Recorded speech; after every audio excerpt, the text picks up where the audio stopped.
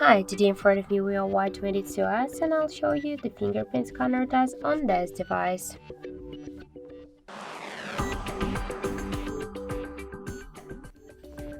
So I just set up my fingerprint to this scanner here on the power button, and now I'll make a couple of tries to unlock the device with my fingerprint to see how fast the switcher is and does it works. So let's start. 1, 2, 3, 4, 5. So as we can see, the fingerprint scanner works here fast, correct. I just unlocked the device less than in half of the second. This is the really good result for the fingerprint unlock method. I just suggest you to try this unlock method, but don't forget that the fingerprint is less secure than the passcode or pin code unlock methods.